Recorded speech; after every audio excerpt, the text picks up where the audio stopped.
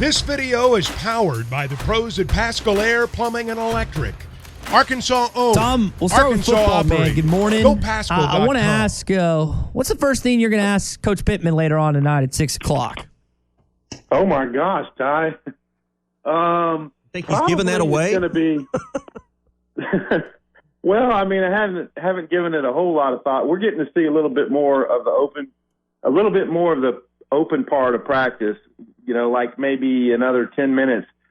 So we get to see a little bit more than usual in spring, and that's good. But it's probably just going to be how rusty were you guys? Because, when you take off this many days, there's going to be some mental breaks. There's going to be some physical stuff that they just don't look as sharp. So it'll probably have something to do with that. But honestly, here's the thing, and I think I've mentioned it to you guys a few times before, but what I've noticed in the last 2 to 3 years is when you see the first practice of a fall camp or you see the first practice of a spring, they've had so much more time to do walkthroughs and planning that it doesn't look like it did 10 years ago where there'd be all kind of teaching between plays and just things look slower and a little more sloppy.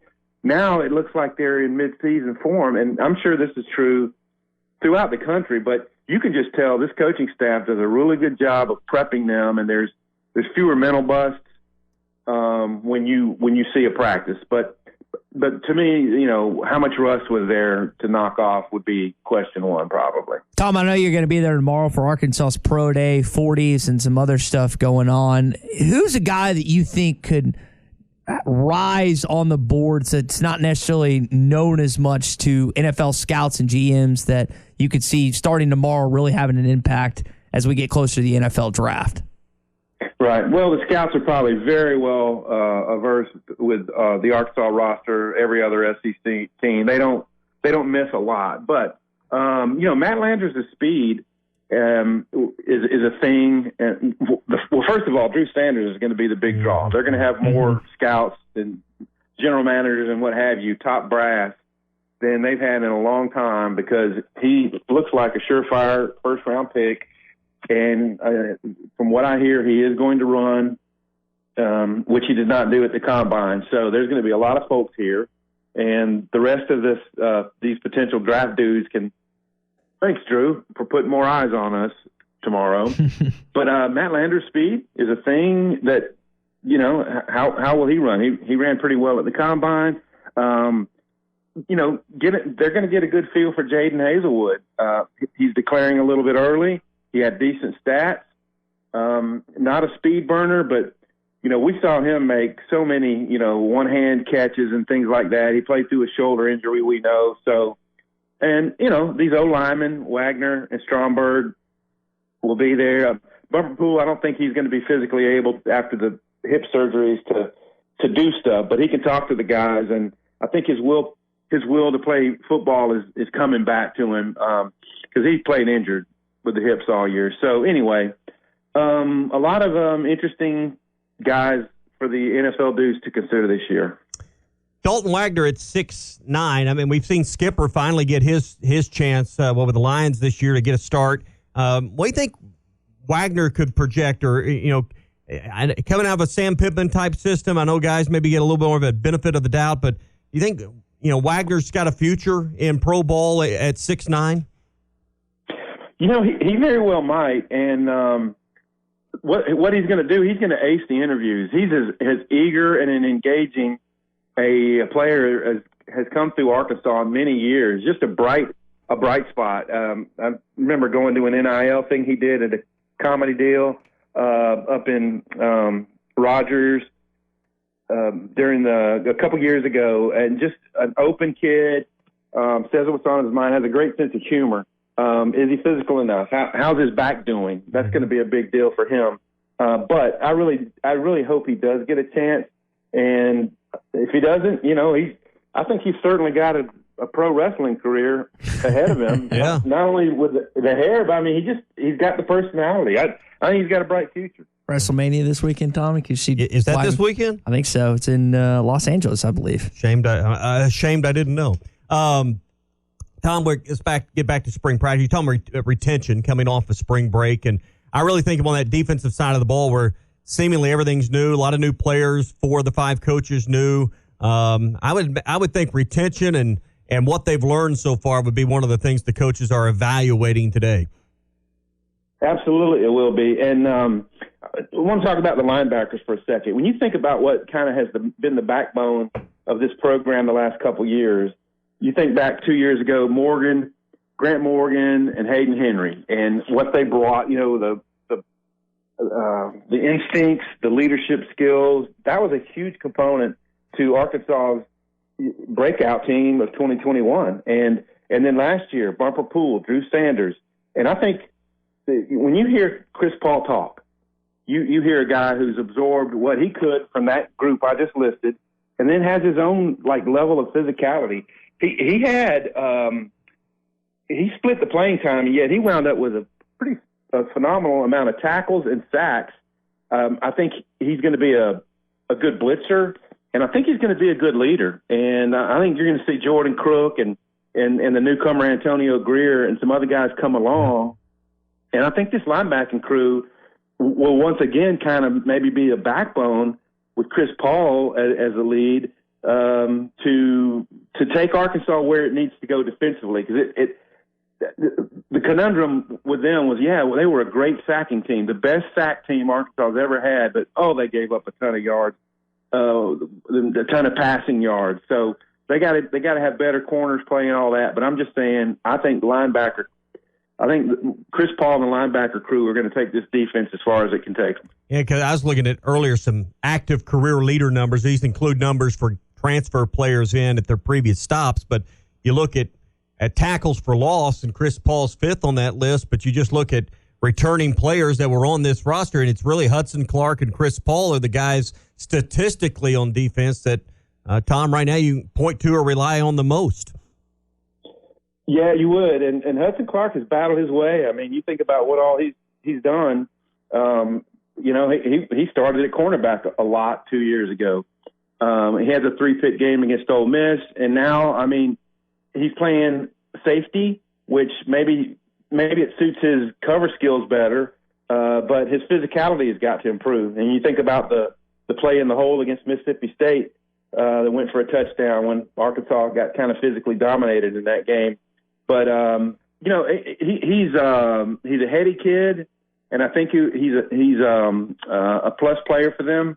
But their cornerbacks, Sam Pittman and this staff, they understand their cornerback play has got to be better. And McLaughlin last year, he didn't give up a touchdown until the Liberty game, which is pretty good.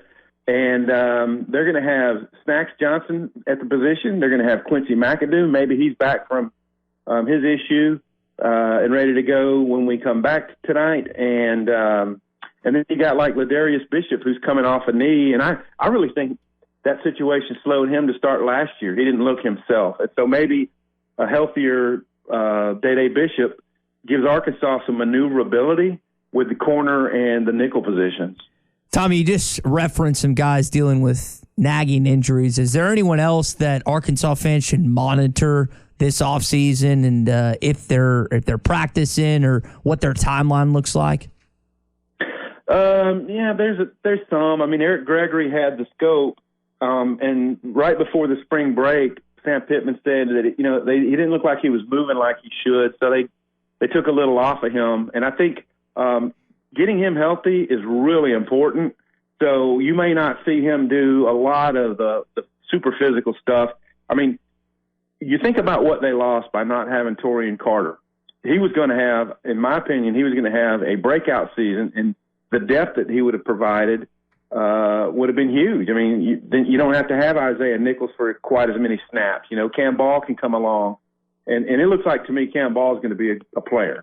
And so if you can keep Carter healthy and Gregory healthy, you got at least 3 D tackles that can be players for you, and then you can guys like Marcus Miller can develop and give you reps when you need them. So I would say him, and there might be 1 or 2 other little smaller injuries that that arise along the way. You also brought up some transfers, and I know that's been a big thing in football. And now it's really going to start up in basketball with Arkansas having some ever-moving parts. We're talking with Tom Murphy, the Arkansas Democrat-Gazette, and Whole Hog Sports. Based on what Musselman has done, not just here in Arkansas, but the last couple of years, how much of an advantage do you think he has going up against some of the other coaches who are trying to implement the same thing that he's been doing for years, Tom? Yeah, I think it gives them a head start. I think it gives them. They already have that profile, and you see if you just scan your Twitter account that every dude who's entering the portal, Arkansas fans are like, oh well, Muss and them are going to be on them. And Anthony Ruda's already been active, on the move yesterday, and there's some big names that are coming in the portal. Kids from North Carolina. There's some others that you feel like Arkansas is going to be on. And the thing is, if Arkansas had just landed the guys they landed, that's one thing. But they got them, and those guys played key roles. They were able to display their skills, et cetera. And I think when you have that example existing and it's a formula that has already worked, it's advantage Arkansas in that department. Tom, you've had a few days to digest the end of the basketball season. Now we enter into this portal time where we're waiting to see what happens with that, like you said, with Ruda. What's the thoughts here? And we were kind of putting an over-under, like 7 or 8 players will probably be different on next year's team versus this past year's roster. Well, that's certainly been the Arkansas trend. I'm hoping that they get some guys, they retain some guys, because it's always key to have veterans like Devo. Think about Kamani. He didn't play a ton of minutes, but he's an inspirational player. He kept the locker room in a good position, to a large degree. And when he contributed, it just made the team that much better. I think there's some guys they can retain, but there's going to be a brand new swath of players, as we've been talking about. What if Brazil comes back? If him and Devo are both back, you've got the makings of a good backcourt. I don't know what Ricky Council has in mind. It doesn't appear that Smith or Black would be back, but you never know. But we do know that there's going to be some talented transfers who are going to fit the parts. Step one for this team, they've got to get more consistent, better three-point shooters, because how much of an impact that can have in certain games.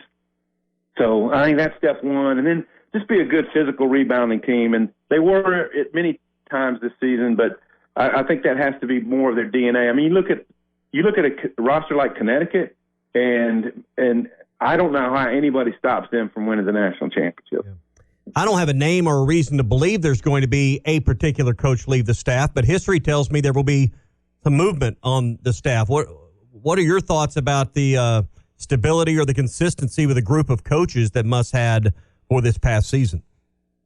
Well, it seemed like a pretty good staff. Yeah, you're right. There has been movement pretty much season by season here, and guys see other opportunities and what have you. So we'll see. I'm not sure. I don't have any special insight into somebody's very likely to go or what have you, but I think the percentages seem to indicate that there might be some movement, but you never know. Yeah, I mean, you're just basing it on history. But one of the things we were discussing yesterday is, if you're a head coach and in this world of the portal and probably more emphasis on transfer players than high school players, maybe you're thinking about skill sets a little bit differently, and the guy that's going to just burn up the recruiting trail might not be as valuable as he was a few years ago in today's portal world. And you really got to have great evaluators that can watch film and put 2 weeks in on a guy and get him, because now you're not going to probably recruit, at least for now, as many guys that you're on 2 or 3 years that are McDonald's All-Americans.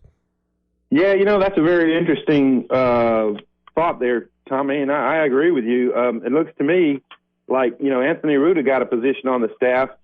Scheduling, I mean, that's important. He was phenomenal at looking at potential non-conference games against high-caliber teams in other conferences that were expected to do well in their conference, and you can see he's already super active in the portal. So there's a value to those guys. You still got to have your contacts and your ends with the high school kids as well. So But yeah, you're right. That's a new facet to what it takes to be a strong college assistant coach right now. Tom, last thing for you. Baseball tonight against Omaha. We saw this team get a win against LSU on Friday and then drop the next two against the Tigers, which right now looks to be the best team down in the West, but maybe in the SEC overall, we'll have to wait and see how it shakes out. How do you think Dave has managed the pitching situation thus far, and what do you think could happen in the coming weeks of SEC play with the rotation based on what you've seen?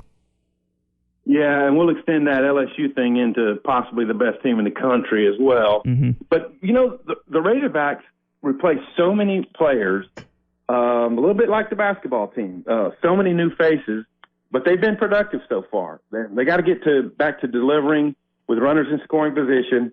Look, a road series at LSU, winning 1 of 3, not that horrible. There's going to be some sweeps in Baton Rouge this year because LSU's got a phenomenal hitting lineup. I mean, Dylan Cruz, unbelievable what he did. When he got pitches he could handle, he hammered them. And that kid, Tommy White, the transfer from North Carolina State, he's way up there. He's leading the SEC in RBI. They held him down for a couple games, but, boy, he blew up in Game 3. For pitching, I think they used the combo of Holland and Smith, and that was good enough to beat the best team on the road. But the circumstances worked against Arkansas in that they had 2 games Saturday, and Smith obviously couldn't come back. He threw, I want to say, 80 pitches. If they could get him down to say 40 on Fridays, then I think you might see availability from him on Sundays. That's a more ideal situation. Can Cody Adcock keep his spot in the rotation? I think Will McIntyre, get the ball back down in the zone. He'll be okay. Same for Adcock. They didn't keep the ball down in the zone. They missed on some 0-2 pitches. Both those, I think, would be still good candidates. But Ben Bybee, he'll start tonight. But I asked Dave Van Horn specifically, could he play himself into a weekend starter position? And I think their deal tonight is go a couple of innings and then have him available to be a starter on the weekend. I think that's going to be a fluid situation going into the Alabama series. Tom, we'll leave it there, man. We appreciate you touching on football, basketball, and baseball this morning, and we'll react more to the Alabama series coming up, and we'll also get your pro day reactions coming up on Thursday. Gotcha. Thanks, guys. This video is powered by the pros at Pascal Air Plumbing and Electric. Arkansas owned, Arkansas operated. GoPascal.com.